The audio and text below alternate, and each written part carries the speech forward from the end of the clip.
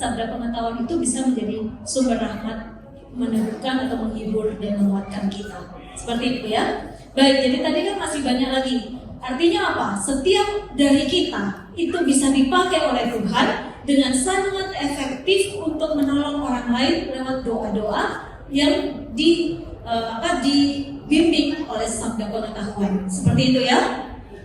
Oke? Baik, sekarang kita akan masuk di dalam berikutnya, masih ada sisa waktu 40 menitan ya. Mudah-mudahan kita bisa menyelesaikan. Nah, ini sedikit aja skema mengenai jenis penyakit dan penyembuhan, karena kita udah masuk dalam karunia penyembuhan. Jadi kalau kita lihat di sini tuh penyakit yang paling parah sebenarnya penyakit rohani. Penyakit rohani itu penyebabnya dosa yang terlalu lama nggak pernah diberesin, kebiasaan berdosa. Kalau nggak diberesin ini bisa membuat orang menolak Roh Kudus, tidak bisa lagi bertobat. Ya, jangan dikira orang kalau enak dalam dosa terus berdosa sampai mau mati baru bertobat, belum tentu bisa bertobat karena hatinya udah keras ya. Nah, oleh sebab itu perlu sekali doa penyembuhan, yaitu pertobatan dan sakramennya pengakuan dosa kalau penyakit rohani. Sedangkan penyakit batin itu penyebabnya adalah gangguan emosi, luka batin, terluka, memori yang negatif, ingatan masa lalu yang menyakitkan karena dosa kita sendiri maupun dosa orang lain. Itu bisa menyebabkan kita luka batin ya. Penyembuhannya seperti apa? Doa penyembuhan batin. Nanti kita habis ini akan praktek doa penyembuhan batin yang sederhana ya. Bisa juga ada doa penyembuhan batin yang kita lakukan dalam retret. Nah, itu bisa juga kita lakukan doa penyembuhan batin dalam tidur atau setiap hari. Bisa juga kita pakai doa penyembuhan batin dengan tahap-tahap kehidupan. Ada yang misalnya ada doanya ya.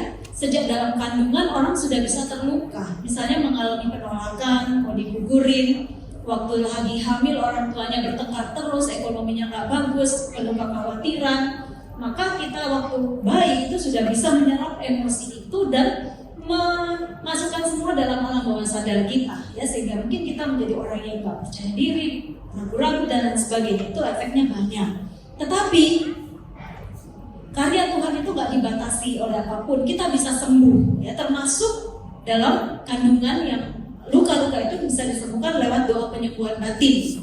Tapi doa penyembuhan batin ini tidak satu kali jadi sembuh semua. Seringkali kita perlu berulang-ulang mendoakan ya. Kemudian mungkin dalam taraf masa kecil, masa kanak-kanak, waktu pas lahir juga bisa ada luka batin. Lahirnya susah, waktu lahir mamanya mati, waktu lahir dibantu alat. Itu semua bisa menimbulkan efek negatif juga secara emosi ya. Atau waktu sekolah kita masih rentan, masih belum punya teman, atau gurunya keram, temannya melecehkan, itu juga bisa membuat kita mengalami luka batin. Masa remaja, kita mungkin pernah pacaran, putus, kita mungkin pernah diolok-olok, dibully, itu juga bisa menimbulkan luka batin ya semuanya. Nah itu kita bisa doakan dalam tahap-tahap kehidupan itu. Kita bisa doakan. Nah dengan bantuan sabda pengetahuan, ketika kita menolong orang lain dan juga ketika kita mendoakan diri sendiri, kita bisa minta Roh Kudus menunjukkan secara tepat pada waktu apa, peristiwa apa, siapa yang masih belum dapat saya ampuni, peristiwa apa yang mungkin menimbulkan trauma di masa lalu, dan itu bisa kita sadari kembali, lalu kita mengampuni diri sendiri, mengampuni orang lain dengan bantuan rahmat Tuhan. Nah ini sabda pengetahuan menolong kita untuk melihat peristiwa tersebut. Oke? Dan kita ketika mendoakan seperti itu, kita mohon kita bisa membimbing orang itu menyadari bahwa Yesus saat itu ada bersama dia ya. Dan kita minta supaya dia juga bersama Yesus mau mengampuni orang yang melukai. Ya, dalam kuasa Roh Kudus itu bisa kita lakukan. Nah, itu doa-doa penyembuhan batin. Tapi yang nanti kita praktekkan itu doa penyembuhan batin yang sederhana ya. Kemudian sakramennya juga pertobatan, sarana lain bisa konseling ya. Kemudian penyakit fisik atau gangguan alam, misalnya kecelakaan, virus, tumor dan lain sebagainya. Ini juga nanti kita akan praktekkan doa penyembuhan fisik dengan doa iman biasa maupun dengan karunia iman dan dengan doa perintah ya. Lalu kemudian sakramennya apa? Pengurapan orang sakit dan juga sarana lain pengobatan. Jadi jangan juga orang mengabaikan pengobatan medis, karena Tuhan juga memakai sarana-sarana alami dan juga medis untuk proses penyembuhan. Nah juga penyebab gangguan roh jahat bisa, tapi kita nggak bisa melakukan hari ini juga karena lewat doa kebebasan itu biar nanti ada sesi khusus lagi ya. Itu juga bisa menyebabkan penyakit fisik. Misalnya orang yang tuli, lumpuh, kayak gagap, itu juga Tuhan Yesus kadang-kadang memerintahkan ya untuk keluar penyebab-penyebab spiritual, gangguan-gangguan spiritual yang menyebabkan sakit pada fisik itu bisa diusir juga dan orang itu bisa sembuh. Jadi penyakit fisik juga bisa disebabkan oleh gangguan roh jahat. Orang luka batin juga bisa ditumpangi oleh roh jahat. Kalau luka batinnya udah lama, ya nggak diberes-beresin, roh jahat juga bisa menunggangi, ya seperti itu. Baik, tapi kita batasi karena siang hari ini kita juga waktunya cuma singkat. Kita mau doa penyembuhan batin yang sederhana dan doa penyembuhan fisik ini yang akan kita lakukan dalam workshop. Baik, jadi penyakit rohani itu seperti ini ya. Kalau orang terluka batinnya dan rohaninya, ini gawat banget, dia nggak bisa menerima kasih Tuhan. Lebih gawat daripada penyakit fisik. Penyakit fisik orang masih bisa berdoa, masih bisa dekat sama Tuhan. Kalau luka batin, dia merasa nggak dikasih. Dia nggak mungkin juga mengasihi orang lain, ya. Seperti itu. Nah, penyembuhan batin ini ibaratnya kita menyembuhkan ingatan yang menyakitkan itu dengan bantuan Roh Kudus. Intinya seperti itu. Ketika kita mendoakan orang lain, kita perlu mungkin ke konseling sedikit, dan pada waktu konseling kita bisa satu telinga dengerin orang itu ngomong apa. Aku benci banget nih temanku gini. Tapi telinga yang satu dengerin Tuhan, ya. Bisa jadi yang dia ngomong itu nggak benar gitu ya. Bisa jadi yang dia ngomong itu bukan hal yang akarnya, ya. Bisa jadi dia masih tidak mau terbuka. Tetapi ketika satu telinga kita mendengarkan Roh Kudus, maka kita sungguh-sungguh bisa membimbing orang itu untuk masuk di dalam inti masalah dia, seperti itu. Baik, sekarang kita lihat dulu. Sebentar. Jadi sekarang kita mau lihat yang ini ya. Jadi setiap dari kita itu punya potensi untuk dipakai untuk penyembuhan, seperti itu ya. Tapi karena apa? Kita sudah dibaptis, kita menerima Roh Kudus, tapi Kristuslah yang melakukan penyembuhan itu untuk kita. Oke? Nah, jadi definisi penyembuhan, karunia penyembuhan itu adalah manifestasi Roh Kudus, di mana di situ terjadi penyembuhan fisik, psikologis atau rohani karena karya Tuhan. Sarana alami tetap bisa digunakan. Ya. Penyembuhan bisa langsung terjadi saat itu, bisa juga lewat proses ya. Nanti dalam dasar kitab suci kita lihat penyembuhan dalam perjanjian lama maupun perjanjian baru itu banyak. Anda bisa baca ya. Lalu kemudian sikap apa yang kita perlukan pada saat penyembuhan? Kita sungguh-sungguh harus percaya bahwa memang penyembuhan ini Tuhan kehendaki. Injil sendiri menunjukkan bagaimana Yesus menyembuhkan semua orang yang datang kepada Dia untuk minta disembuhkan. Tuhan hanya mencela orang yang tidak punya iman. Sekali lagi saya ulangi karena hal itu penting ya. Baik, sebentar, Nah, ini yang penyembuhan batin ya. Penyembuhan batin berhubungan dengan kenangan pahit. Yesus memberi kepada kita untuk mengalami kembali damai dan sukacita. Nah, penyakit emosi ini sangat penting sekali untuk disembuhkan. Luka batin itu sangat penting karena apa? Untuk disembuhkan karena dia menghalangi rahmat atau kasih Tuhan mengalir dalam diri kita. Ya. Dan penyakit roh batin ini bisa menyebabkan penyakit fisik. Saya udah sering cerita, mungkin saya ada orang yang sudah kanker stadium 4, divonis 6 bulan lagi mati. Pada waktu itu dia retret pribadi. Dalam retret pribadi dia cerita kalau dia punya masalah, dia dendam pada papa. Dan akhirnya pembimbing rohaninya bilang nanti kamu pulang ampuni papa dan minta ampun. Setelah dia lakukan itu, dia pikir juga umurnya tinggal 6 bulan. Dia lakukan dan ternyata dia tidak jadi mati dan dia sembuh ya. Jadi penyakit batin atau emosi ini perlu diberesin. Baik. Ini penyembuhan batin yang sederhana ya. Tidak ada aturan kaku mengenai proses ini. Kita bisa lakukan seperti tadi kita lakukan mendoakan orang seperti tadi siapa? Kamu mendoakan dia dan ternyata Tuhan menunjukkan satu peristiwa yang menyebabkan dia luka batin dan mungkin perlu diberesin untuk bisa membuat dia hidup lebih penuh syukur, sukacita, relasi menjadi lebih baik ya. Nah, langkah-langkah untuk workshop penyembuhan batin itu seperti ini, mudah sekali. Pertama berpasangan, bergantian mendoakan seperti tadi. Nanti kalau kita workshop penyembuhan batin ini, kita sama aja seperti tadi pasangannya ya. Mungkin kalau tadi sudah disingkapkan, mungkin ada lagi bagian lain yang Tuhan mau singkapkan lebih dalam. Jadi penyembuhan batin itu seperti bawang ya. Kulit demi kulit, lapis demi lapis itu perlu dibuka, diberesin pelan-pelan ya, seperti itu. Nah, kita mohon kehadiran Roh Kudus. Tadi kita berdoa itu mohon kehadiran Roh Kudus. Oke? Nah, seperti itu. Setelah itu kita biarkan Roh Kudus mengingatkan peristiwa-peristiwa tertentu dari orang-orang masa lalu yang perlu kita ampuni. Biasanya orang yang mengalami luka batin ini perlu ditolong oleh orang yang mendoakan untuk mengingatkan kembali peristiwa-peristiwa tersebut. Karena biasanya kita sendiri mungkin udah lupa atau kita secara tanpa sadar menekan ke dalam alam bawah sadar karena itu menyakitkan, seperti itu. Oleh sebab itu kita perlu pertolongan orang-orang yang mendoakan kita, seperti itu ya. Nah, bisa timbul emosi tertentu saat itu, biarin aja. Dalam hening kita biarin aja. Kalau dia masih mungkin nangis atau apa, biarin aja. Nah, setelah itu, setelah kita rasa cukup, kita bisa mengajak dia mendoakan doa ini. Ini tanda bahwa kita sudah benar-benar ngampunin orang itu. Ini workshop doa penyembuhan batin ya. Jadi perlu pengampunan. Untuk kita bisa sembuh dari luka batin, syarat pertama kita harus mau mengampuni orang yang melukai kita. Nah, tanda bahwa kita benar-benar ngampuni, tidak hanya di mulut, yaitu ketika kita bisa mendoakan ini.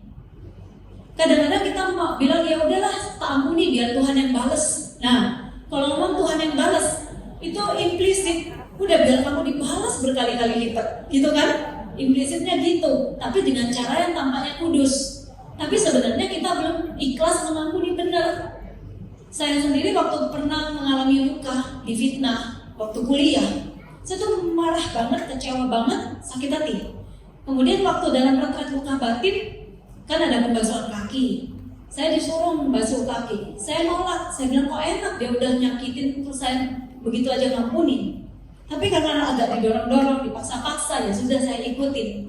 Ternyata waktu membasuh kaki figur yang saya anggap sebagai orang yang nyakitin saya, itu yang saya basuh, waktu menuangkan air itu yang dituangin air itu hati saya.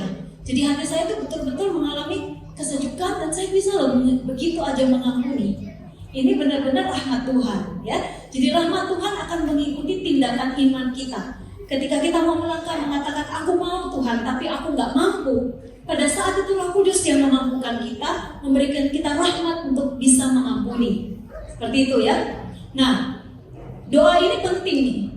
Dalam nama Yesus, aku mengampuni siapa? Setelah kita sadar nih, kita masih ada luka batin, masih dendam, masih marah sama siapa misalnya, sama om kita misalnya, atau sama ipar, sama temen, ya sama tetangga, atau sama siapa temen, SMA, SMP ya.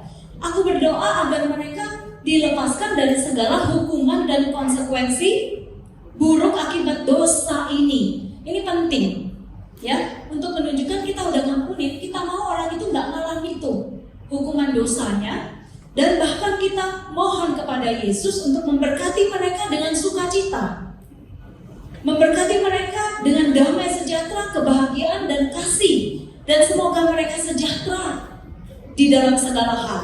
Nah, kalau kita sudah bisa mendoakan ini, tanda bahwa kita memang mau mengampuni, oke? Walaupun masih doanya dengan ada terpaksa, nggak apa-apa, dilakukan aja.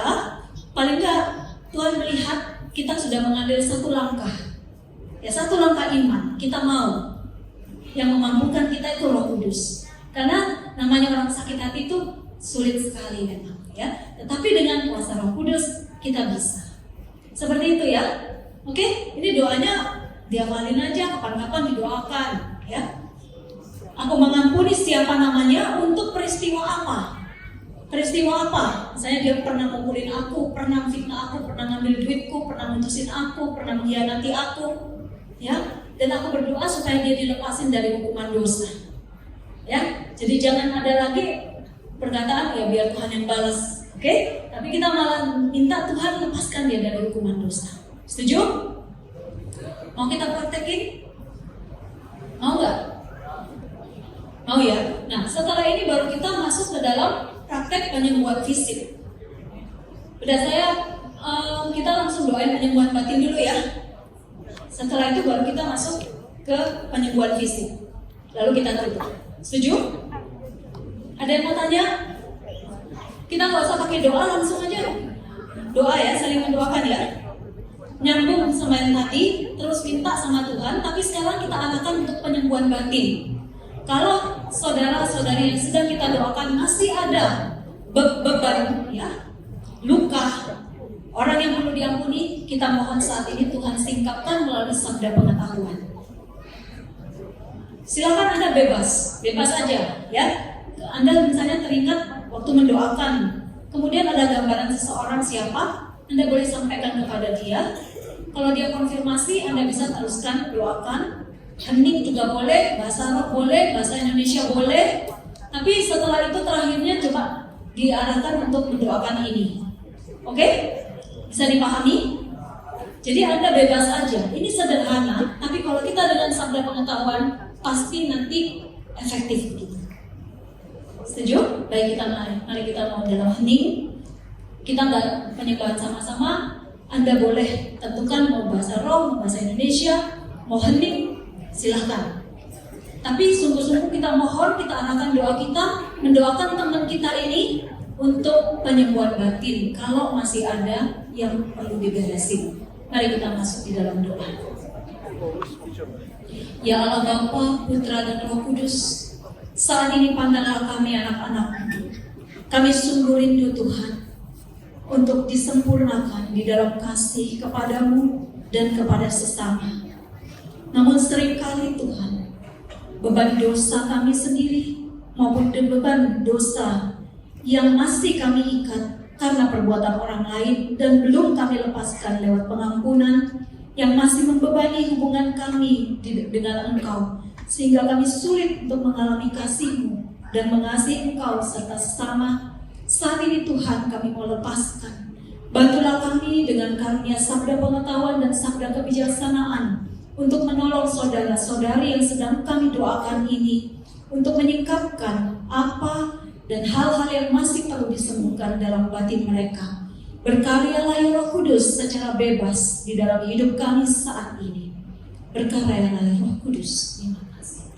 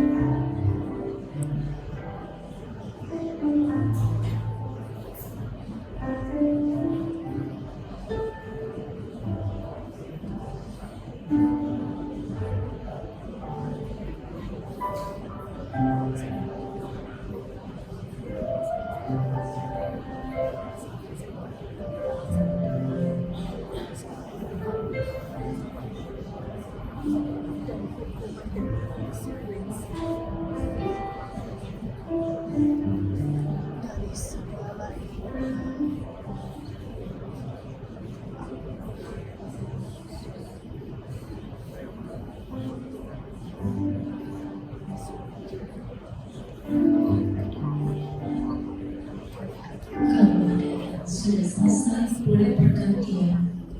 Yang tadi didoakan, sekarang bergantian mendoakan.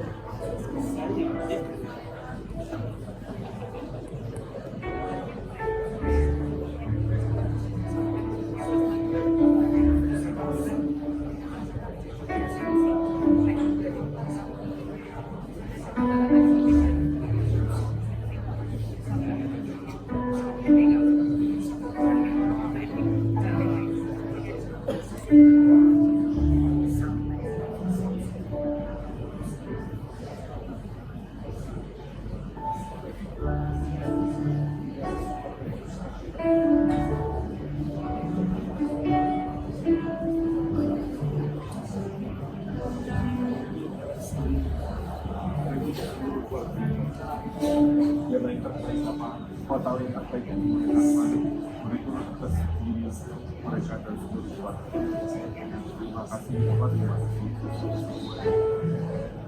Ya Bunda Maria, terima kasih Engkau juga boleh senantiasa berdoa untuk kami. Kiranya doa-doa kami menghantarkan kepada Putra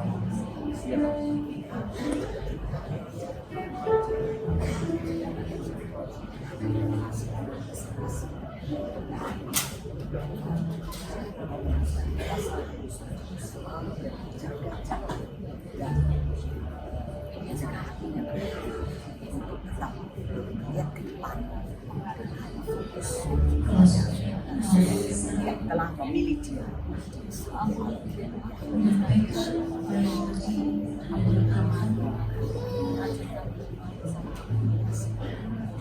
Untuk mendapatkan peneguhan dan piala saat ini juga bisa terus mendidik kita untuk semakin dalam mengampuni orang-orang yang telah memberkahi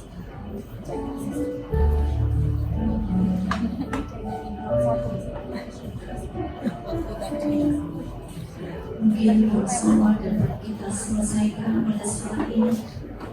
Doa-doa seperti ini masih terus dapat kita lakukan setelah tempat ini.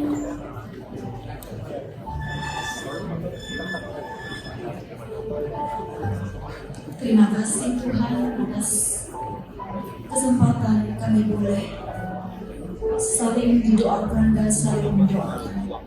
Biar rahmat-Mu yang kami terima ini terus menyempurnakan diri kami.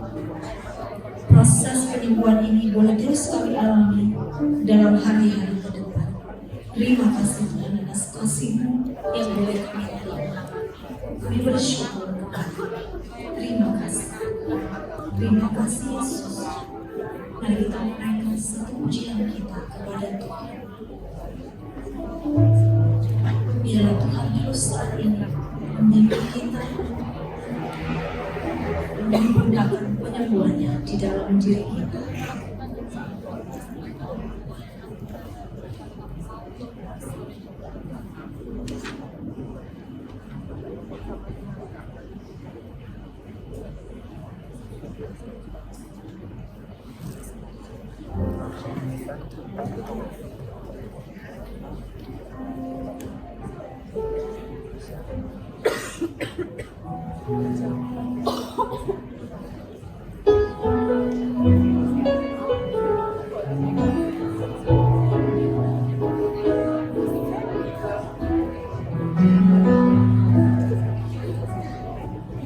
Biarlah penyembuhan Tuhan terus menyempurnakan hati kita.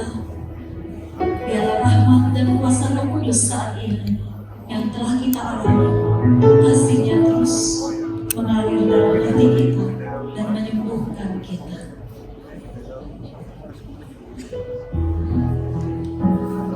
Hadirat Tuhan, biarlah tetap tinggal atas kami. Kami masih terus meneruskan untuk melihat mukjizat penyembuhan terjadi dalam hidup kami. Bukan hanya penyembuhan batin, tapi juga penyembuhan fisik. Setelah ini kami sungguh ingin melihat Tuhan, kemuliaan-Mu nyata di dalam hidup kami. Hadirat-Mu Tuhan, terima kasih.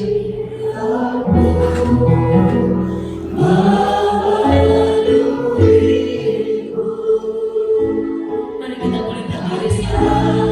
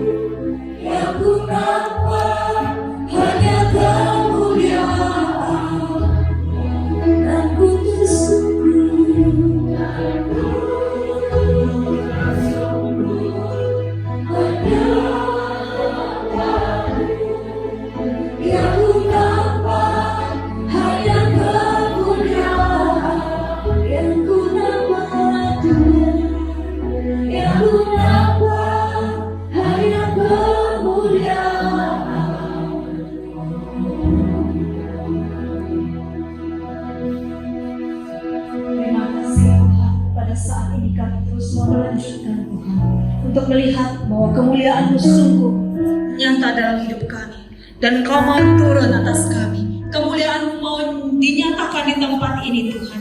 Kami mau melihat Tuhan penyembuhan-penyembuhan yang besar terjadi di tempat ini Tuhan. Kami mau melihat Tuhan bahwa iman kami semakin tumbuh, semakin kuat Tuhan, menjadi semakin besar karena kami boleh menyaksikan bahwa mukjizat penyembuhan terjadi di tempat ini melalui doa-doa kami.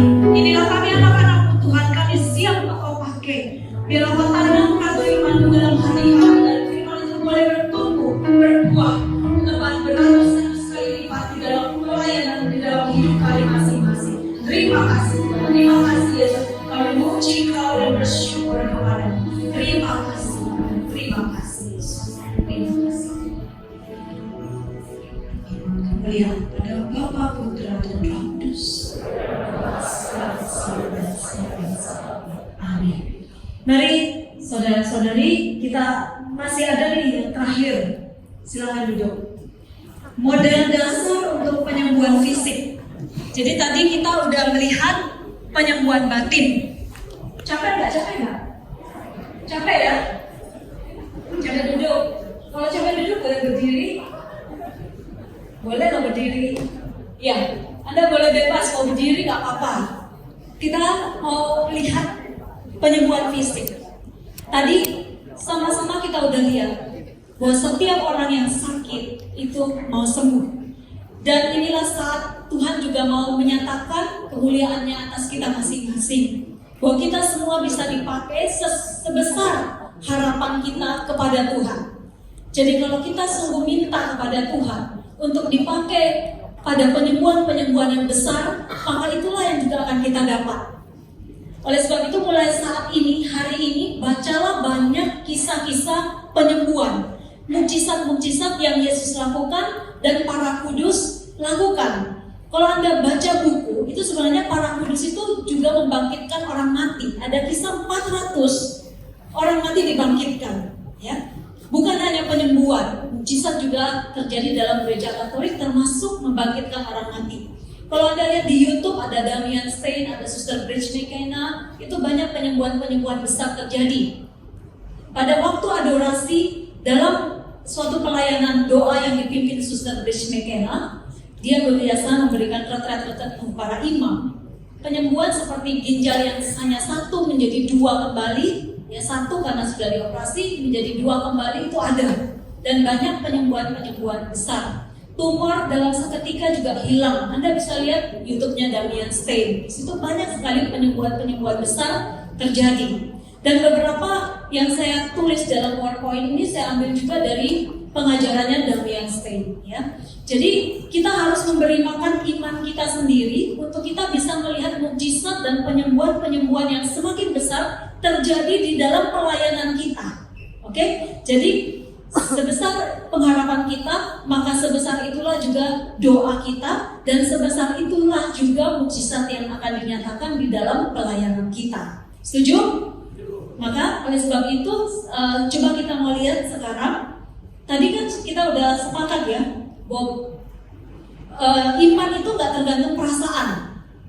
Kalau kita mau menunggu, kita merasa iman kita cukup kuat, baru kita mau mendoakan orang, maka mungkin banyak orang yang sudah mati yang tidak pernah kita doakan, ya. Damian Stein juga sering mengatakan kita perlu minta ampun kepada Tuhan karena begitu kecilnya iman kita dan kita nggak mau mengambil langkah tindakan iman untuk mendoakan orang yang sakit yang datang kepada kita atau yang bertemu dengan kita. Ya, seringkali kita mengabaikan atau kita melewatkan kesempatan untuk menyatakan kemuliaan Tuhan dinyatakan di dalam hidup orang-orang tersebut lewat penyembuhan, karena begitu kurangnya kasih kita. Biasanya iman kita itu kelihatan kecil, yang besar apanya? Khawatirnya, betul? Takutnya, malunya. Kalau nggak kejadian apa-apa, malunya gimana? Saya udah ikut sel 20 tahun, 10 tahun, tapi kalau saya doa kemudian nggak ada penyembuhan, malunya itu loh, ya. Nah, ini yang perlu kita mohon kepada Tuhan. Tuhan tambahkan kasih-Ku supaya aku mau mendoakan orang lain, mengambil resiko, ya, mengalahkan reputasi. Jadi kasih yang lebih besar daripada reputasi diri sendiri. Kalau kita setia untuk mendoakan seperti itu, maka Tuhan akan tambahkan. Dan kalau Tuhan sudah pakai kita hari ini, ya, catat bahwa saya dipakai oleh Tuhan untuk mendoakan orang dan orang itu sembuh. Tadi penyembuhan batin, kita udah menerima sabda pengetahuan dan otentik, diteguhkan, dikonfirmasi oleh orang yang kita doakan. Kita catat. Hari ini nanti dalam proses penyembuhan, kalau kita mendoakan orang dan orang itu sembuh, kita catat. Kita mau meneguhkan, menumbuhkan iman kita sendiri bahwa Tuhan memakai kita untuk penyembuhan. Dan yang lebih besar lagi. Seringkali iblis itu mau menekan kita dengan membuat kita lupa pada proses, pada mukjizat, pada penyembuhan, pada karya-karya yang sudah Tuhan lakukan lewat diri kita untuk banyak orang. Oleh sebab itu kita catat bukan untuk menyombongkan diri, tapi untuk meneguhkan iman kita sendiri. Dan tiap hari kita mohon kepada Tuhan untuk iman yang lebih besar, dan mintalah secara spesifik untuk penyembuhan-penyembuhan yang lebih besar. Misalnya Anda yang rindu dipakai untuk doa penyembuhan, Anda semua bisa dipakai untuk doa penyembuhan, ya. Tergantung seberapa besar kita mau dipakai lebih lagi. Kita doa secara spesifik, Tuhan aku mau dipakai untuk mendoakan orang yang sakit kanker stadium 4 pun sembuh, misalnya seperti itu. Atau misalnya yang tumor lenyap, atau yang lumpuh bisa berjalan, buta bisa melihat. Kita doa tiap hari seperti itu. Ketika sampai 3 bulan kita terus berdoa, dan ada orang yang lumpuh datang pada kita, kira-kira kita akan seperti apa? Kita lari? Ataukah kita bilang, oh ini jawaban doa saya? Pasti kita bilang, ini jawaban doa saya. Tapi kalau kita nggak pernah menyiapkan diri kita nggak pernah minta sama Tuhan, kita nggak prepare hati kita untuk menerima kuasa yang lebih besar dari Tuhan, maka ketika pelayanan yang besar itu datang pada kita bilang, oh ini bukan saya, bukan untuk saya. Betul? Jadi kita perlu minta, kita perlu rindu. Kuasa Tuhan dinyatakan bukan kepada orang-orang kudus, bukan kepada orang-orang hebat, tetapi orang yang merindu, orang yang lapar akan Tuhan, ya, akan kuasa Tuhan dinyatakan melalui dirinya. Setuju? Mau ya? Karena begitu banyak orang yang membutuhkan. Banyak sekali orang yang kesepian, sakit, penyembuhan batin butuh. Ya, banyak sekali orang yang sakit kanker mati muda. Ya, dan mungkin mereka nggak pernah mengenal Tuhan. Tetapi lewat penyembuhan yang Tuhan bisa lakukan melalui diri kita, melalui karunia-karunia karismatik, kita bisa menyatakan kemuliaan Tuhan itu di tengah-tengah gereja kita, di tengah komunitas kita. Baik, sekarang kita akan lihat model dasar penyembuhan fisik. Yang pertama, sebelum mendoakan orang, kita perlu membangun iman orang itu. Maka kita perlu mewartakan firman Tuhan, peristiwa Yesus menyembuhkan orang sakit, supaya orang itu juga dibangun imannya. Memang pertama-tama yang dibutuhkan itu iman kita sebagai pendoa, ya. Tetapi kalau iman orang yang sakit itu dibangun, ini akan sangat memudahkan juga penyembuhan itu terjadi, ya. Kemudian kita juga bisa dengan membangun iman orang itu, tujuan penyembuhan ini nyampe. Penyembuhan itu bukan demi penyembuhan ini sendiri, ya, tetapi untuk supaya mereka semakin memuliakan Tuhan, semakin mengalami pertobatan dan semakin dekat dengan Tuhan. Kemudian kita bisa tanya sakitnya. Tanya sakitnya nggak usah sampai detail banget, pokoknya dia bilang tangan saya nggak bisa digerakin, atau lutut saya sakit, atau kepala saya sering pusing, seperti itu misalnya, ya. Kemudian kita mengundang Roh Kudus. Kita mengundang Roh Kudus, boleh kita nyanyi Roh Kudus, atau kita bisa doa. Ya Roh Kudus datanglah saat ini, penuhilah hati kami. Terus kita lihat nih orang yang kita doakan, kira-kira dia udah siap nggak, udah nyambung nggak dengan Roh Kudus. Kita bisa lihat tuh, kalau dia masih noleh sana sini, matanya masih keliling, fokus pandangannya masih kemana-mana, kita biarin terus kita doakan supaya hatinya sungguh-sungguh juga terhubung dengan Roh Kudus. Setelah itu baru kita mendoakan, oke? Setelah itu kita mendoakan, kita boleh meletakkan tangan pada bagian yang sakit dengan sangat hati-hati. Tanpa menyentuh juga boleh, menyentuh juga boleh. Khususnya kalau sesama jenis boleh menyentuh, ya. Tujuannya apa? Dengan menyentuh orang juga mengalami dikasihi oleh Tuhan. Yesus juga menyentuh orang yang sakit itu. Kemudian kita mendoakan penyembuhan. Mendoakan penyembuhan itu bisa dengan dua. Tadi saya sudah sampaikan, bisa dengan doa permohonan biasa. Tuhan, pada saat ini Engkau melihat anakku yang sakit, lututnya atau tangannya nggak bisa digerakkan. Pandanglah anakmu, curahkanlah rahmat-Mu Tuhan, alirkanlah kuasa penyembuhan-Mu. Kita mohon kepada Tuhan untuk menyembuhkan orang itu. Itu dengan doa permohonan biasa. Nah, setelah kita mendoakan itu, mungkin iman kita sendiri pun semakin kuat, ya, semakin dibangkitkan. Kita bisa mendoakan doa perintah. Dalam nama Yesus, aku perintahkan tangan bergerak menjadi normal kembali. Dalam nama Yesus, aku perintahkan sakit kepala hilang. Dalam nama Yesus, jantung menjadi pulih kembali. Pembuluh darah yang tersumbat dalam nama Yesus menjadi sembuh dan terbuka kembali. Itu dalam nama Yesus kita memerintahkan organ tubuh tersebut untuk berfungsi secara normal kembali. Dasarnya apa? Kita kok bisa mendoakan perintah, ya? Doa perintah ini kan langsung kita memerintahkan, kita memakai otoritas Yesus untuk memerintahkan sakit penyakit. Saudara-saudari, waktu kita dibaptis, kita sudah menerima tugas, panggilan, dan urapan apa? Sebagai apa? imam, nabi, raja. Sebagai imam, kita menjadi pengantara untuk membawa orang kepada Tuhan. Oke, dalam hidup ini kita punya tugas itu untuk bersaksi supaya orang datang kepada Tuhan. Sebagai nabi, kita mewartakan kebenaran. Kita menyampaikan kehendak Tuhan, pesan Tuhan kepada orang lain di sekitar kita. Oke?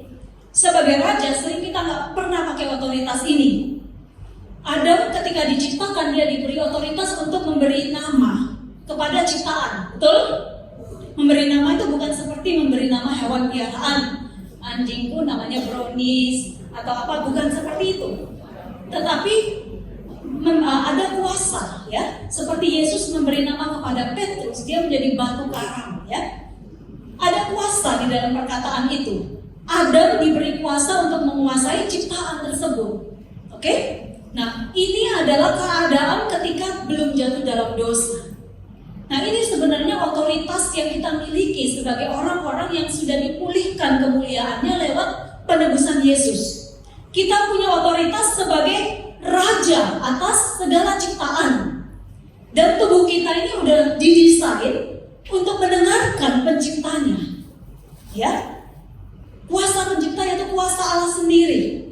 Maka ketika kita mengucapkan, memerintahkan mata terbuka, telinga mendengar, kita memakai otoritas itu sebagai raja yang sudah diberikan kepada kita atas ciptaan, atas penyakit. Jadi ketika kita memerintahkan penyakit itu dalam nama Yesus, sembuhlah, kaki berjalan, kaki yang lumpuh menjadi kuat kembali, misalnya seperti itu, dia mendengarkan suara Allah sendiri yang diberikan kepada kita lewat urapan raja, ya, lewat urapan yang sudah kita terima lewat pembaptisan sebagai imam, nabi, dan raja, seperti itu. Oke? Jadi dalam nama Yesus kita pakai otoritas dalam nama Yesus yang diberikan kepada kita sebagai orang yang berkuasa, ya. Kita yang sudah disatukan oleh Yesus, kita punya otoritas atas ciptaan tersebut, atas tubuh, atas bagian-bagian tubuh, dan atas penyakit. Seperti itu, ya. Jadi kita bisa perintahkan. Makanya kalau Anda punya pengetahuan sedikit medis, boleh juga. Ginjal misalnya, sakit ginjal ada batunya. Dalam nama Yesus batu menjadi hancur kembali, hancur dan normal kembali. Kalau dokter bisa sangat efektif tuh, ya, karena dia tahu persis bagian mana caranya menyembuhkan supaya misalnya jantung yang tersumbat itu bisa sembuh. Itu kan harus sumbatannya lepas. Bagaimana?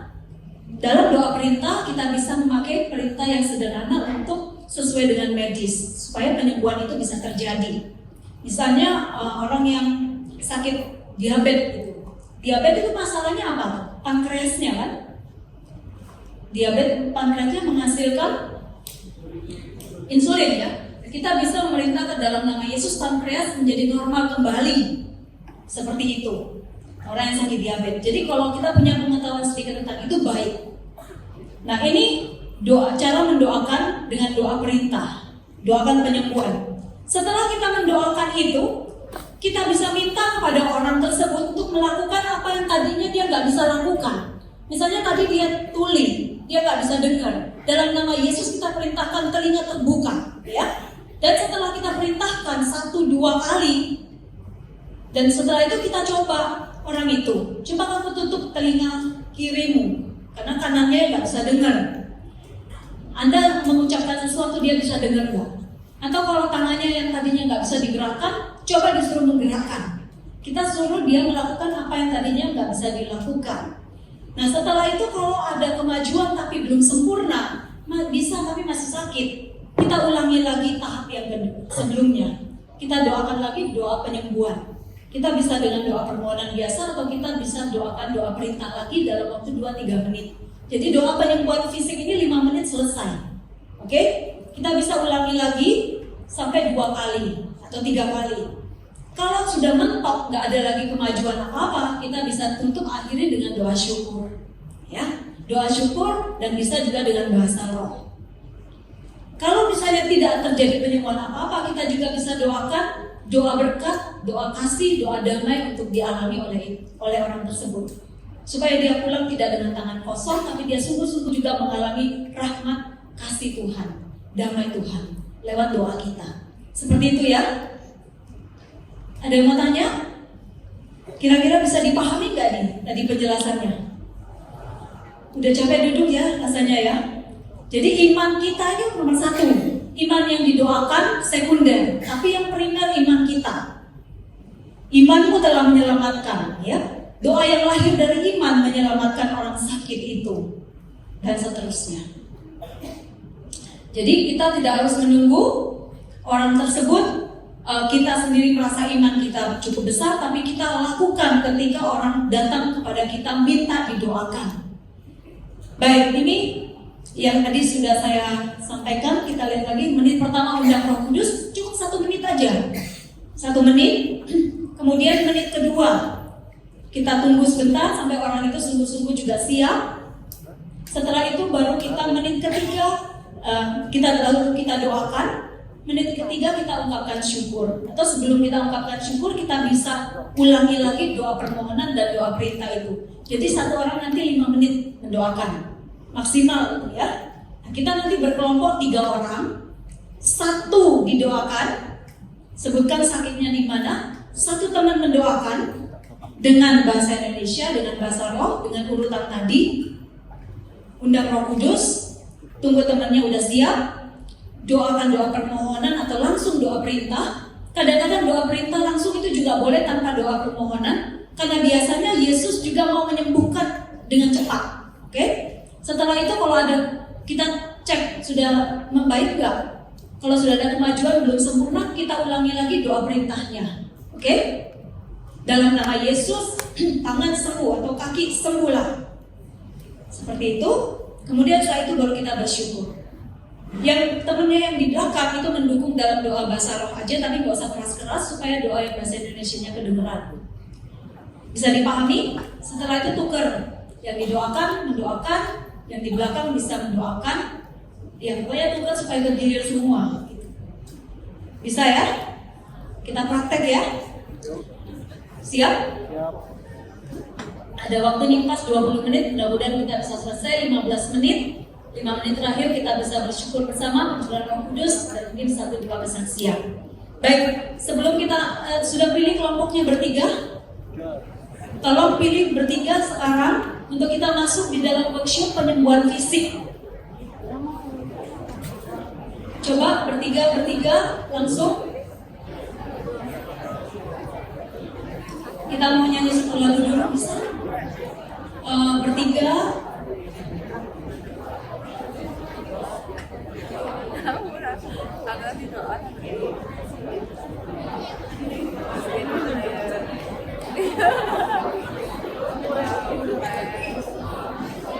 Baik, sekarang kalau udah posisinya bertiga, kita mau siapkan sama-sama. Kita mau masuk dalam 1 lagu penyembahan. Setelah itu kita langsung workshop penyembuhan fisik. Mari saat ini kita mau siapkan hati kita. Tetap dalam suasana doa, kita mau siap. Udah punya kelompok bertiga? Baik, kita mau nyanyi 1 lagu. Mari kita mau siapkan hati kita.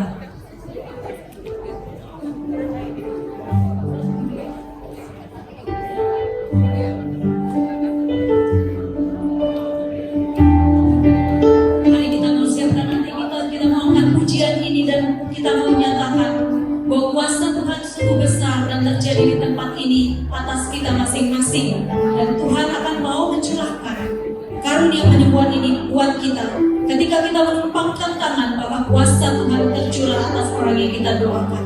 Mari kita mau nyanyikan, tak terbatas kuasa Tuhan, tak terbatas kuasa-Mu Tuhan, semua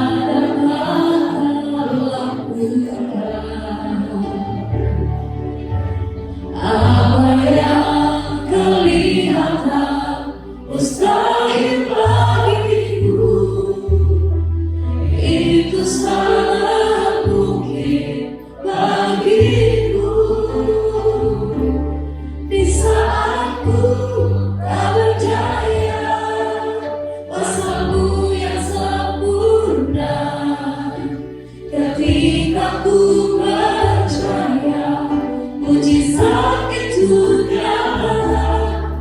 bukan karena kekuatan, namun Roh-Mu ya Tuhan. Ketika ku berdoa, mujizat itu nyata. Di saat ku tak berdaya, kuasa-Mu yang sempurna. Ketika ku percaya, mujizat itu nyata. Bukan karena kekuatan, namun Roh-Mu yang Tuhan. Ketika ku percaya, mujizat itu nyata. Ketika ku berdoa, mujizat itu.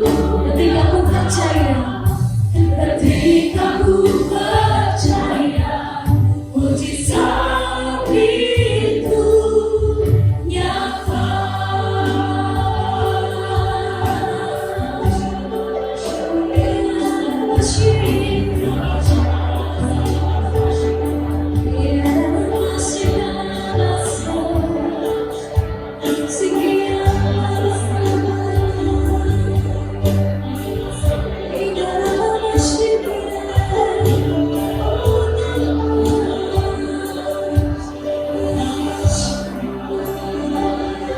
Curahkanlah kuasa penyembuhan saat ini di tengah-tengah kami Tuhan, dan urapilah tangan-tangan yang Kau pakai saat ini untuk mendoakan. Dalam tangan-tangan kami Tuhan, ketika kami menumpangkan tangan kami atas orang yang sakit, orang yang sembuh, yang biarlah kuasa Tuhan boleh terjadi nyata di tempat ini melalui kami masing-masing. Berkaryalah Tuhan menurut kehendak-Mu, nyatakanlah kuasa penyembuhan yang semakin besar boleh terjadi di tempat ini dan membawa kemuliaan yang lebih besar lagi bagi nama-Mu. Terima kasih Tuhan, terima kasih Yesus. Berkaryalah Tuhan, mujizat boleh terjadi di tempat ini saat ini. Terima kasih, terima kasih Yesus. Oh, Anda boleh silakan mulai mendoakan satu persatu secara bergiliran. Oh ya Tuhan, syukur.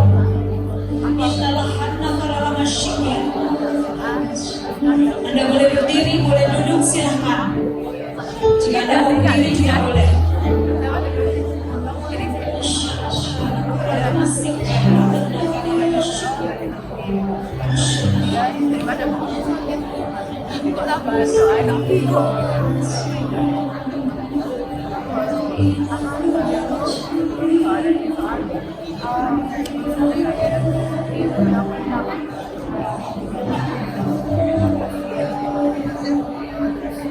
Yang mendoakan menumpangkan tangan kepada yang sakit, sedangkan yang satunya mendoakan dari belakang. Yang mendoakan, yang memimpin doa berada di depan yang sakit yang didoakan.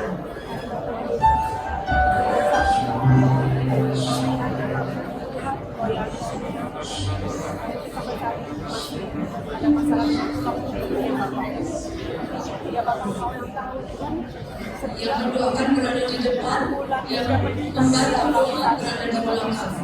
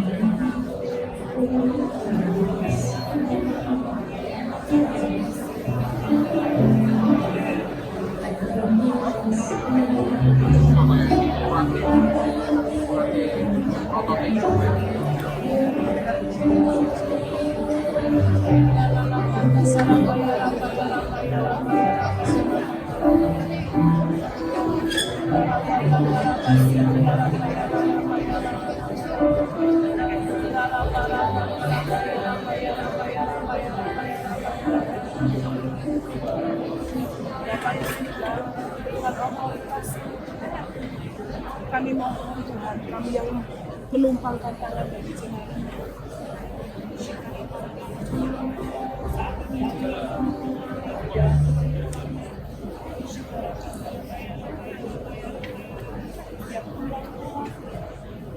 Yang sakit tidak benar bisa kembali ke posisinya masing-masing secara tataran.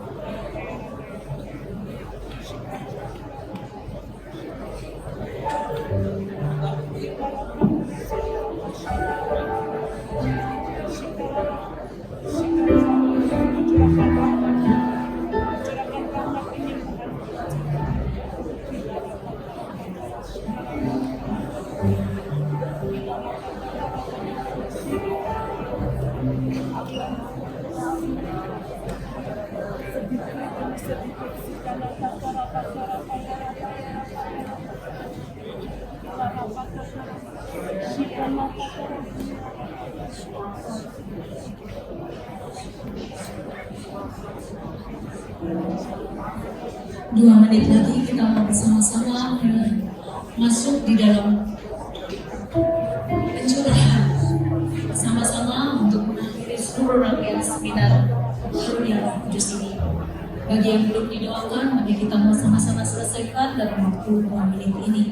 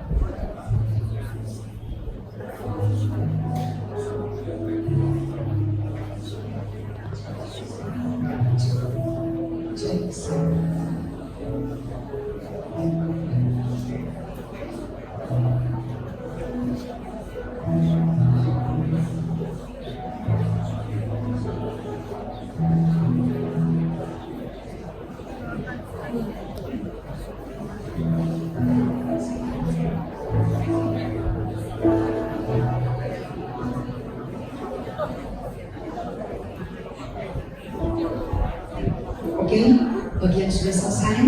Mari kita berdiri, kita mau masuk ke dalam curah Roh Kudus. Tetap berada di dalam hadirat Tuhan, jangan banyak bicara. Kita tetap dalam hadirat Tuhan saat ini, karena Roh Kudus masih ada di tempat ini dan mau berkarya lebih lagi.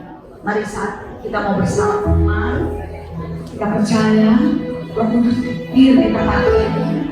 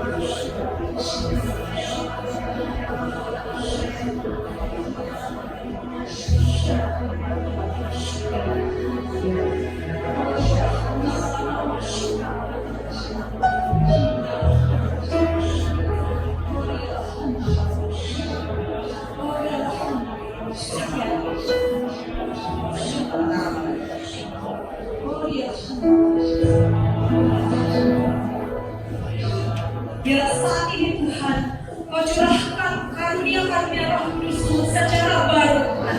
Biar bagi yang sudah menerima dan yang terus mau ditambahkan saat ini Tuhan, alirkan kuasa-Mu Tuhan. Jamah hati kami satu persatu Tuhan. Ada hati pintu, hati yang terbuka untuk pakai dengan karunia-karunia Roh Kudus ini. Biar saat ini Tuhan mengamalkan dalam hidup dan mereka Tuhan. Karunia untuk berkata-kata dan berhikmat. Karunia untuk berkata-kata yang sabar kebijaksanaan, yang sabar mengetahui yang memberikan dalam pengertian iman dan akal budi mereka. Ketika mereka melayani konseling, mereka mendoakan, mereka memimpin pelayanan doa, mereka memberikan pelajaran dan berkata-kata. Taruhlah firman di dalam perkataan mereka Tuhan. Urapan yang baru bertambahkan di dalam setiap pelayanan anak-anak saat ini Tuhan. Tambahkan kalimat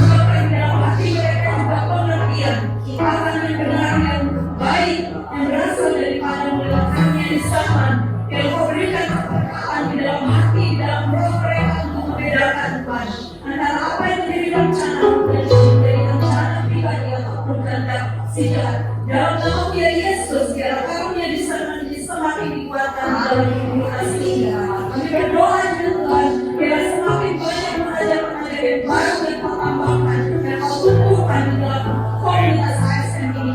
Curahkan Tuhan karunia pengajaran-Mu, beri korimah kepada mereka yang berjuang pada saat ini. Agar mereka membutuhkan karunia pengajaran, Anda boleh melintas saat ini dan boleh menghilangkan kekuatan kepada Anda. Dan biar saat ini Tuhan yang melihat hati dan kerinduan-Mu, biar menambahkan kepada penerapan sebagai pengajar.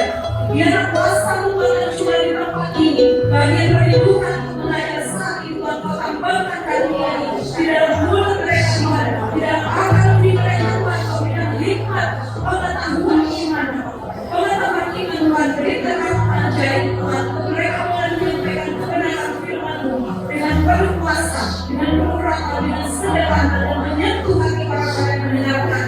Kami memuji Kau Tuhan dan bersyukur kepada-Mu, karena Kau Allah kami yang hidup, Allah kami yang dahsyat, Allah kami yang mendengarkan setiap doa-doa dan permohonan kami. Saat ini Tuhan terus tambahkan dalam hati mereka Tuhan kerinduan, Kau semakin Kau pakai sebagai perpanjangan tangan-Mu, perpanjangan lidah dalam karunia-Mu buat Tuhan. Biar Kau tambahkan kerinduan dalam hati anak-anak-Mu ini untuk menjadi nabi di tempat mereka melayani, di dalam komunitas mereka, supaya pesan-Mu boleh tersampaikan dan terlaksana di dalam pelayanan, di dalam komunitas mereka. Terima kasih Tuhan, kami memuji Kau dan bersyukur kepada-Mu. Biar buah Roh Kudus boleh terus berjatuh di dalam hidup mereka. Biar lewat pelayanan ini mereka semakin juga dikuduskan hidupnya. Kami memuji Kau Tuhan, biar Kau berkarya secara adil dan luar biasa. Sempurnakan Tuhan karya di dalam diri anak-anak di tempat ini. Kami memuji Kau Tuhan dan bersyukur kepada Tuhan. Kami memuji Tuhan. Kami memuji Tuhan saat ini. Dalam